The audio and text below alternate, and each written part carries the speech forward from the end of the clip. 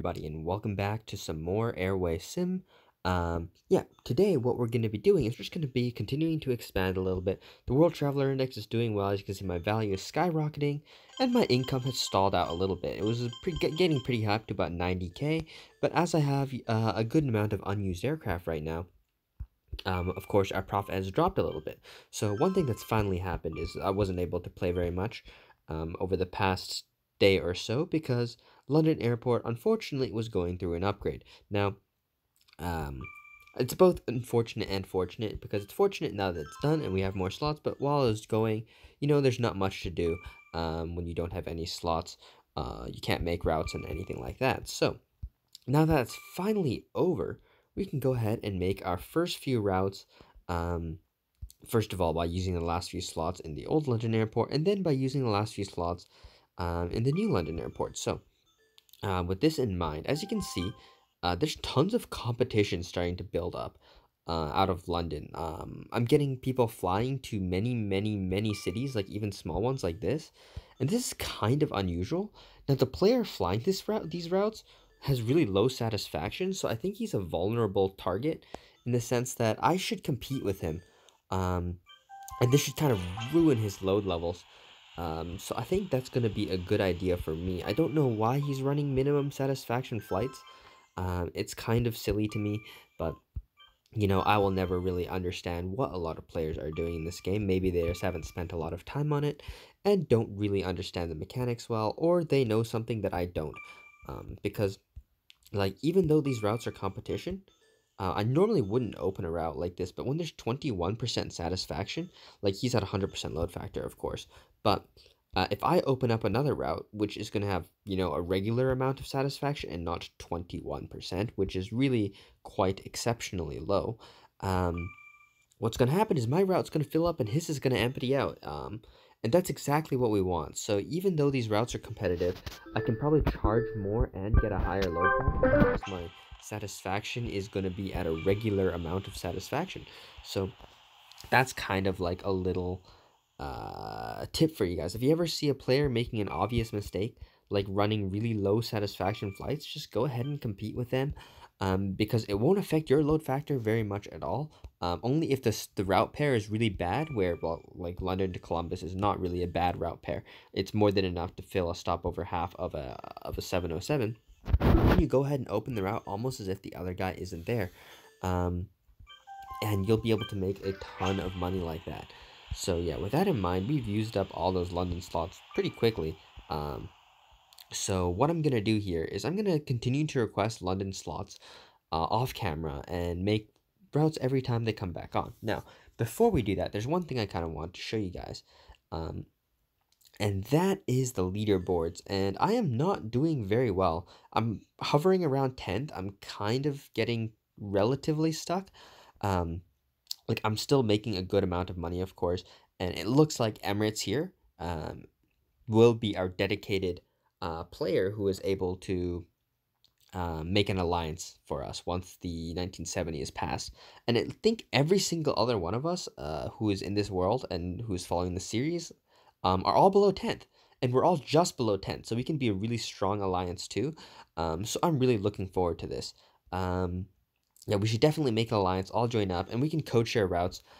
Every single route which is competitive and not full should be code shared, or even not full while being a monopoly. And then the kind of trick would be to use the maximally sized aircraft, larger than you normally use for every route by about 10%. Now, 10% doesn't sound like a lot, but you add 10% to your load factor, and you're going to be printing money like nothing else. Also, here's a little tip. If you have routes like this, which are 87% load factor, and the reason they're 87% is the satisfaction is getting kind of low, especially the cabin satisfaction, what you want to do is you're going to want to say, if the route, say it's not 0%, because those are our new routes, are, say, below 98% load factor, and it's recommended you do this, like, for each class individually, but yeah, let's do it by each class individually. Let's do it properly. Set the price to 125%. Keep in mind those routes were only losing load factor, not due to the fact that the route is too small or it's an up or down tick, but they were losing load factor due to the fact that the plane is old in satisfaction. That doesn't mean you want to change the price. See, they're all 87. It's a preset amount determined by the algorithm of the game. The maximum load factor you can get for low satisfaction planes is 87 unless you lower the price. So we lower the price to 1.25, and these routes will go back to being full. Yeah, it's just a thing that it's like a managing thing where if you don't do it, you don't lose too much, but you gain a little bit from doing it, and it's completely free to do, which is why there's kind of no reason why you wouldn't ever want to make sure all your routes are flying at 100% all the time. So yeah, that's a little bit of a tip for you guys. Anyways, with that in mind, let's continue to open up our routes here. And you'll notice one thing here is that I have a lot of money in my bank account right now. I have 800,000 K in my bank. And the reason for that is because the 747 comes out tomorrow. And that means tomorrow I want as much money as possible so I can spend all the money on 747 leases, or as much of it as the game will let me. So obviously you can only have 30% of your planes as leases, otherwise you would only lease 747s and you would expand into infinity at an almost unbelievable rate. So I guess it's a good thing that the rate of plane acquisition is quite limited. But it's 30% is still a good amount, and you can really rack up some really high lease fees. Simply by leasing a large amount of 747s. This will do two things. This will drop me back below the top 10, so I'm able to join an alliance. And it will also it'll also just give me a lot of 747s to work with and make a ton of money with. So it's kind of a double good thing, if you know what I'm saying. It both helps me accomplish two goals that I'm trying to do. And ooh, another player is doing pretty good stops. And oh yeah, another thing, guys. Yeah, yesterday's video had really terrible audio, and I'm sorry for that. So I hope this episode has good audio, though I don't know if it's a problem with my phone or if it was like my hand was covering the microphone or something like that, or just something unfortunate happened. I have no idea. But some of you guys actually stuck through and watched to the end, so thank you for that. But yeah, that's completely my bad, and I'll try not to do that again, though no promises, since my production quality is famously not so high. Anyways, yeah, with that in mind, there was a couple other routes. Yeah, Shenzhen to London, that's what I wanted to make. And I can't believe this route's not made yet, because it's a fantastic route with really high business and tour numbers. So I really am surprised that I'm able to make this route. And wow, we're also able to stop it over to somewhere like Lyon. Once you get to about this angle, it says invalid route. So is Tunis available? Ooh, that's really cool. So we could do Tunis, Marseille, or Nice. So we need to do slot requests over there, and I'll be back when it's done. You know, guys, I was thinking about something to do with stopovers, which of course is my bread and butter in this game. And I kind of realized that making 5 stopovers, which result in 5 schedules per week, is actually worse than making stopovers result in 4 schedules per week. In terms of the max profit per airplane, because I just realized that the difference between 4 and 5 and then 4 and 3 is of course a smaller proportion, if that makes any sense. Basically what I'm saying is 4 schedule stoppers are probably actually a little bit better.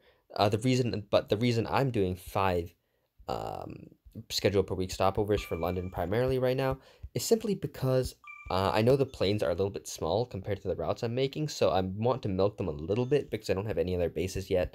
And the other thing is I really want to access and make routes to all the close range cities too, not just cities which are far away from each other and then have to use short range aircraft to reach these close cities. I want to just use only long range aircraft and just use short stops to do all the domestic cities too.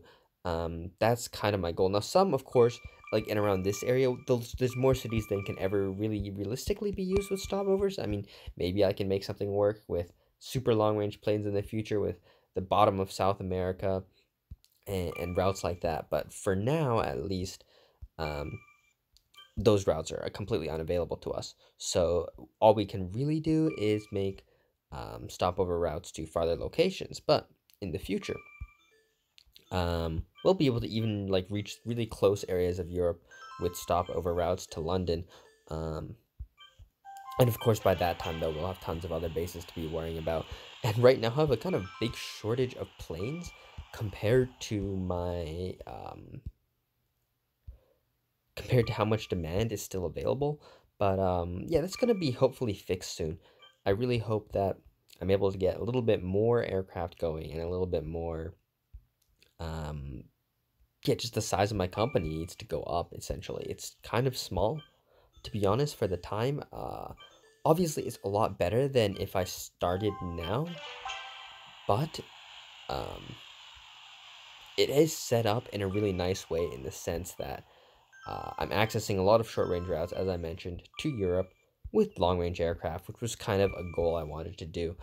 Because I usually use a lot of Tupolevs and a lot of smaller aircraft, junk aircraft, to be able to lease a lot of 747s, and that's kind of the strategy I used to for a quick start. And I wanted to try something different and use the most premium aircraft available, just making the best routes available, and instead focusing on using those premium aircraft to make as much money as possible to just buy more premium aircraft, and then eventually, when 747s come out, then I can go ahead and start leasing them with all those premium aircraft as the catalyst for allowing me to lease. Now, right now, I have about 70 aircraft and I have 4 leases. So I'll be able to lease about 20 aircraft right off of that, 747s, and those 20 747s will let me lease like another 6 747s. So, and then those other 6 will let me lease another 2 747s. That will lease me another 747, etc., etc., etc. Basically, what I'm saying is I'll be able to lease 30 747s right off of that, which is really really nice. And you'll probably see my profit double. Like the turn the 747s are delivered and like are inserted into my company. Um, 747s are of course the most ridiculously overpowered aircraft in this game, in the early game, and you guys will definitely have the opportunity to see that. Anyways, I'll be back when we have some more slots. Another thing I've noticed is I've been investing in certain cities, of course, as everyone should be doing. And I think what I've been doing a little bit is underinvesting in New York, to be honest. I think I need to step it up at least one more tier. And that should help it finish before I run out of London demand. Because there's still 10 points left. Um, and I have a lot of money stored up, so that's a lot of aircraft. I've at least like 20-ish 747s worth of money just in my bank account right now. So yeah, there's a lot of aircraft I'm gonna be getting soon, and that's gonna be filling a lot of demand. So yeah, then I have 2 future hubs planned out. One is Los Angeles, and the other is New York. And those will kind of be my 4 main hubs. After that, I'll probably just pick new cities. So Los Angeles, New York, London, and Shanghai for Asia. These are some of the most overpowered hubs in the world, so I'm sorry to my subscribers for kind of cogging the good hubs. There's plenty of really good ones left in Asia, at least. um, Shanghai is actually oddly one of the smaller cities in Asia. I have no idea why, but Beijing is about 100 points bigger, and Guangzhou is the biggest city in Asia, besides Singapore, but that's like so far south. Oh, and actually, Guangzhou is bigger than Singapore in this world. So yeah, that's the little tip. If you want the best airport in Asia, pick Guangzhou. It's the best one, um, by quite a bit too. Yeah. In terms of Europe, I think the next best cities after Paris, London, and Paris. Then I think you have Frankfurt and Rome. And Amsterdam's quite small in these worlds. I'm not sure why. Amsterdam's pretty big in real life, in terms of aircraft passenger hub. And Madrid is in a decent location, but the size of it is just meh. Um, and Chicago is also a great hub that I can see somebody is using quite extensively, um, in the U.S. So I wonder who this is. Let's see who it is. Uh, some Korean name. All right. Not bad. He's flying direct routes, which I'm not a fan of, but they're of course full because the routes are good. Um, but anyways, I really like to say and but anyways. I don't know why I use those words so much. Somebody who knows linguistics probably tell me or something. Maybe it's just because I'm looking for something to say, or I'm like delaying until my thought is caught up with my brain or whatever. Um, because yeah, look, I did it again. I keep doing it. I always do it, and I used to not do this. I used to never And I would I used to point this out to my friends and stuff. I never said I would just start talking and then I'd finish what I wanted to talk about and I wouldn't forget what I'm saying in the middle of it. And I would also have the self-control not to use and right now I'm really consciously, as hard as I can, trying not to say and it is hard. I have to think about it. And I'm sure the moment I stop thinking about it, I'm gonna say again, and I don't want to say Okay, anyways, let's go ahead and stop talking about freaking me being unable to speak properly. Oh shoot, niece was of course at the wrong angle. Ah, that's so sad, guys. Oh, I did it. I finally did it. See, the moment I started thinking about other things like the location of cities which I wanted to make a stopover to, I did it. I said the word. Oh no. I wonder if we can. I think I did it again. Yeah, I like to slur a lot too. So that's kind of just things I've noticed about when I watch my own videos, which I don't notice when I'm talking because you don't really think about when you talk. Uh, all right. With that in mind, I'm not too sure what else there is to do here. There's one more plane, and you know what I'm gonna do with it. So I'm gonna call the episode here. Hopefully you guys enjoyed, and I'll see you tomorrow with the release of the 747, which I can't wait for. Peace.